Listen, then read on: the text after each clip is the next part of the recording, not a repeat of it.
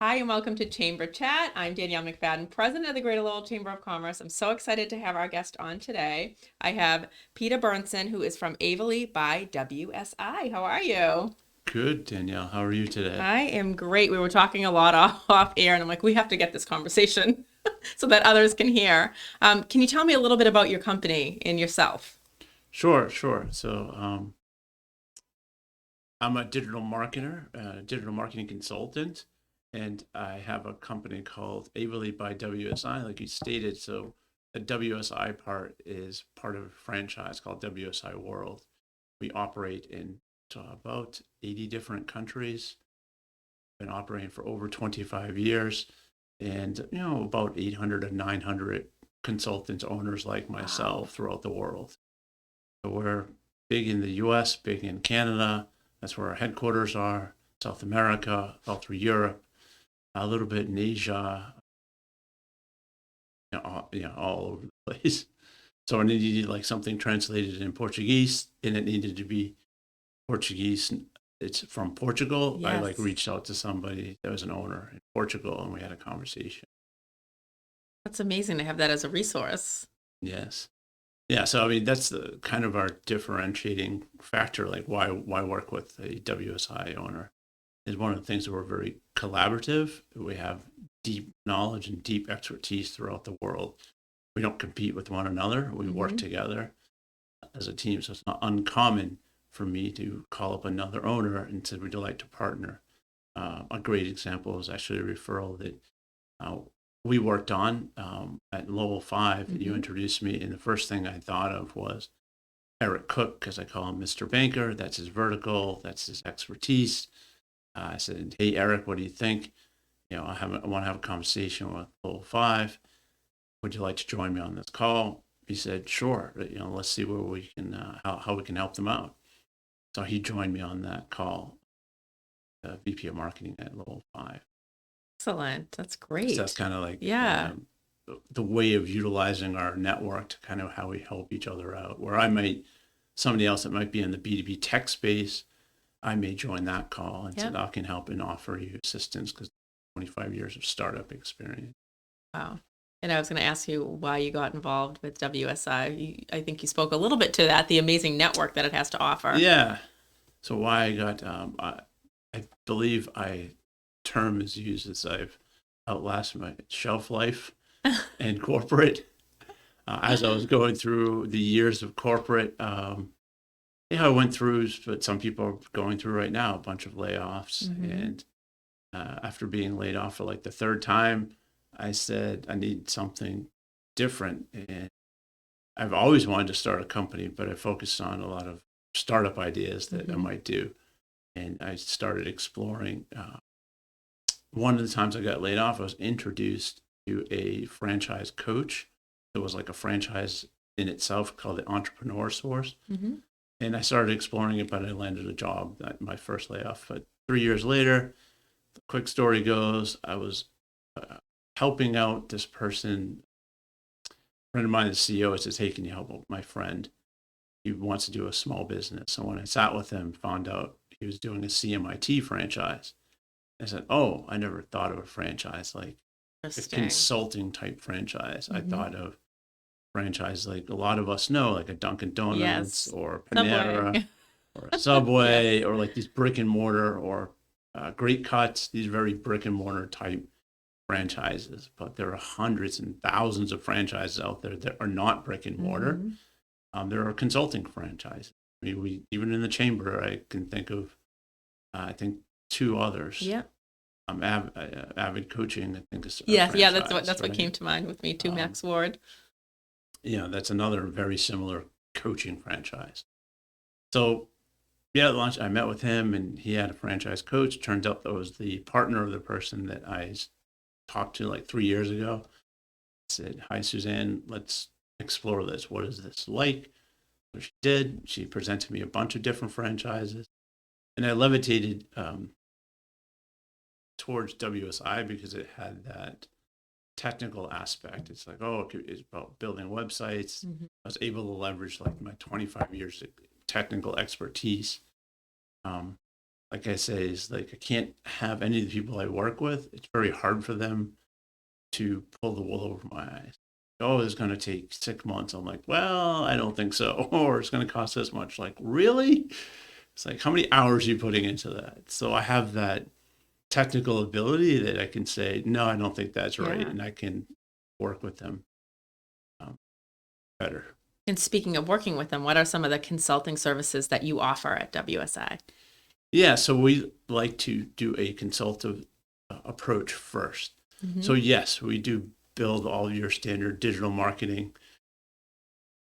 trend, tactical things, a website. It's known as getting you found online, local SEO or national SEO, e-commerce site, running any type of paid media that could be Google ads, Microsoft ads, or paid social, Facebook, Instagram, and those type of platforms. So that's all very tactical approaches. And a lot of times customers says, oh, I need you to do my social media. But what we try to figure out is, why are we doing that social media? Where do you want to be in your business? Where are you today? And where do you want to be a year, 2 years, 5 years out from now? What's working? What is your best cost to, what's their best service that's making you the most amount of money? Common term, if I'm doing type of searching, I'll say, tell me your money keywords. They'd be like, well, what's that? I was like, what are the services that make you the most amount of money? Because those are the services we want to make sure that when somebody types that into Google or asks questions about that service, you're showing up on top all the time, because that's going to yield you the best return on investment. Great point. I think sometimes people get lost in the weeds and they're just trying to get money from any source that they can because they're a small business owner. Right. So to focus on the things that are making you the money and makes sense. Here's an example. A kitchen store, he was giving out a lot of free quotes, like free, not even a quote, kitchen design, like actually going to the house and measuring the design. I'm like, this is a lot of work that you're doing. He's like, yeah, I know. And he was paying somebody to draw up CAD drawings. So he would go to the house, measure out kitchens, come back, work with a CAD person to draw out the designs, and then hand it to the person, all for free. And what was happening was that person, some of those people may go with him, and others would go to like Home Depot and says, I need this kitchen, and buy all the cabinets from Home Depot, and he, lost that deal. I said, well, why don't you stop doing that and test charging for that service? If you want me to do a kitchen design, this is what I'm going to do. And it's going to cost, I think it was like $300. Well, he did that in the month of January, and he got 7 designs. Wow, that's amazing. So even though he may have not converted all 7, at least he got paid for the work that he did. And so a lot of that stuff is like figuring out. A lot of customers and potential customers I talk to don't charge enough. Like, when's the last time you updated your pricing? Oh, it's been like this for 15 years. I'm like, we're in a recession and inflationary market. Everybody's updating the prices. The cost of goods are going up. You probably want to think about testing higher prices. Yep. Especially if you're not getting pushback. Clients are expecting to pay more for everything as a consumer. That's just, like you said, the market we're in. You go to the grocery store and eggs, go through the roof, right? So it's no different on anything else. Right. We're seeing signs in your pizza shop, due to the cost of goods, we have to increase our prices. Yeah.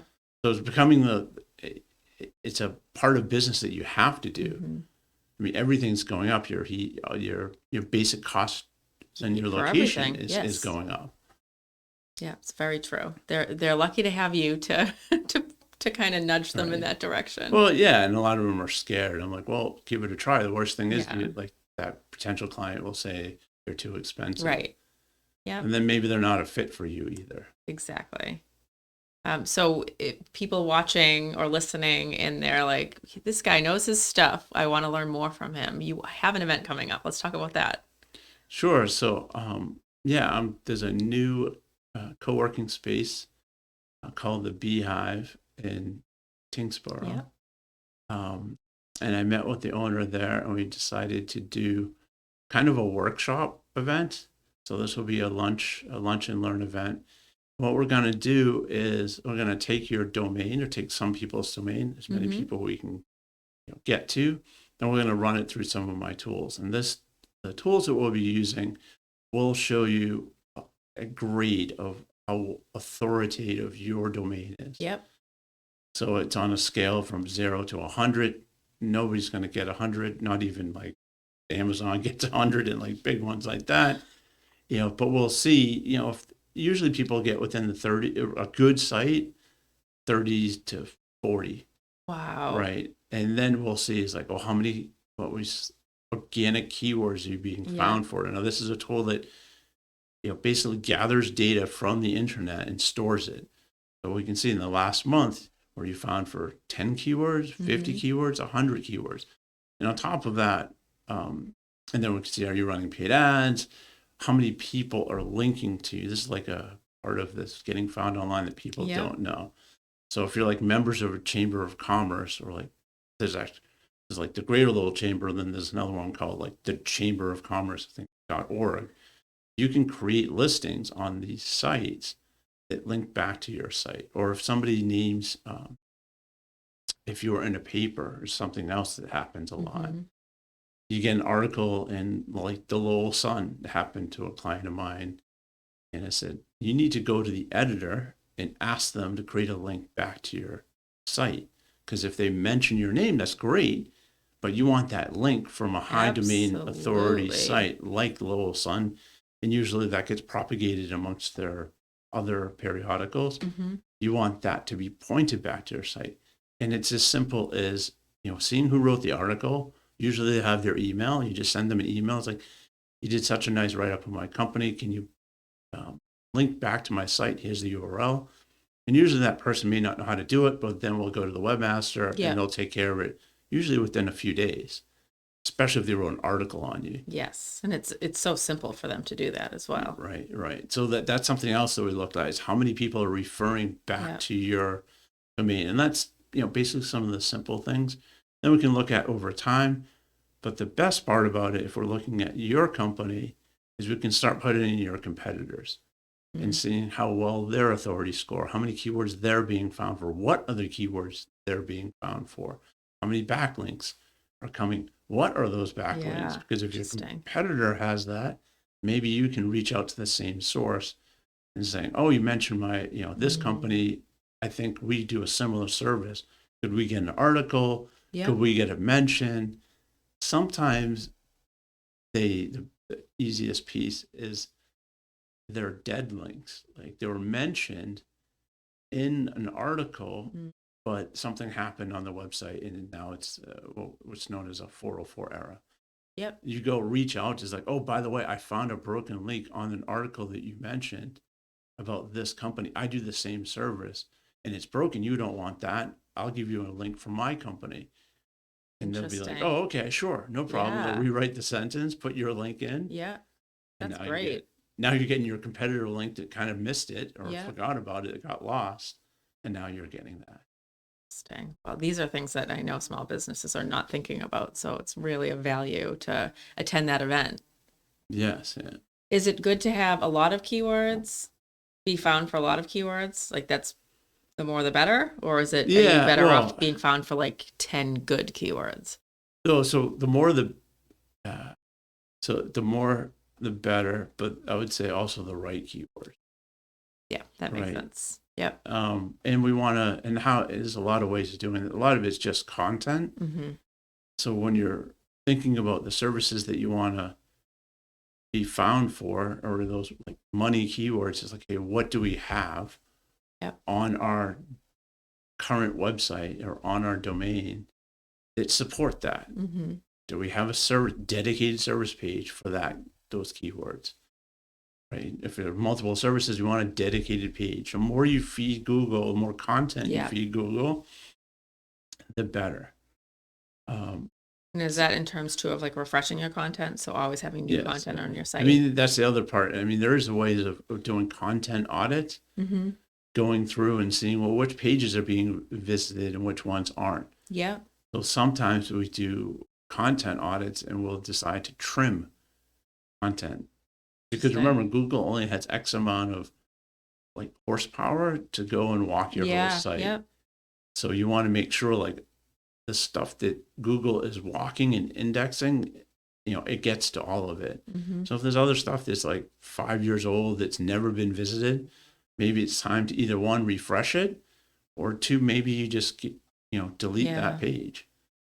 My wheels are turning right now because I'm thinking about our site and like when's the last time that I've actually gone through it, extensively and looked at it. So well, a lot of that will show up in analytics, right? Yeah. If you have a page that is getting a lot of visits, so maybe how can I spruce that page up and say, oh, updated in March of 2023 with kind of a little bit of new content. Yeah, that's a really good point.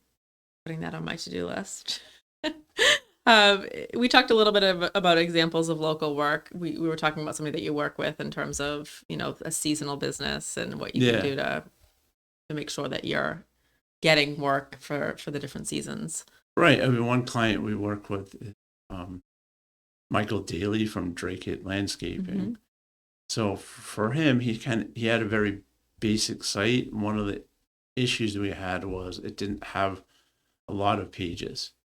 It had content, but it was only a few pages. So again, with only a few pages, I forgot at the time, maybe had like 4 pages. That's what Google is walking. It can only read 4 pages. So it's trying to decipher from that, what your site is about, what your business is about. And you're only giving it 4. So we completely redesigned the site, gave it a complete refresh. But when we're designing the site, we've designed what was known as a site map, and that's how the menu system is going to work. And when we designed that site map, I designed it with the ideas like we're going to go into this SEO program. So that initial site map is being thought of as like we need a service section because we may only have 3 pages from when we built this site, but come wintertime, we may add another page. We want to get the site. We launched it in May of last year. And exactly came wintertime, we didn't have a dedicated commercial snow removal page. Now, commercial snow removal for a landscaping company is one of those kind of money keywords to get a commercial contract. There's multiple ways of billing for that. You can, the term is, I think, pay per push. There's basically pay per storm. There's multi-season, there's seasonal contracts. So we decided that it was important that we were writing blog articles about it, but we also created a dedicated page so that Google would find that. And when it's indexing that menu, it's like services, commercial snow removal. Oh yeah, this is the site we want to show for commercial snow removal. It matches the query. And it can read enough, and it has plenty of intelligence. And now it's just, we're hearing a lot about the artificial intelligence, but to understand like services, commercial snow removal, services, hardscaping, okay, that's what this company is doing. So yeah, we built the website, we built out a really nice site map. After we were done with that, then we started doing a monthly getting him found an SEO, local SEO campaign. And when we started, it was about 3 keywords. This past month, I believe the records were about approaching 150 keywords. Oh my gosh! So that's substantial. And we're entering the season where it's really he's going to see the benefit this season because we started in May. We started SEO. I think it was May, June, and then kind of like the down season that picks up in the fall. And then you have snow. So he's going to be seeing all of those keywords about hardscaping, about new lawn installation, sod installation, hydro seeding, all of these, terms that people are searching because they're like, oh, the snow is coming up and I want to redo my lawn. Or maybe, in my town, it's septic. There's not a lot of stuff. I think it's all town and Drake it. But a neighbor had to rip up their septic system. And when you do that, it's in the front yard. There's no lawn. Yes. And all of a sudden they had a brand new lawn because they put sod in. Awesome.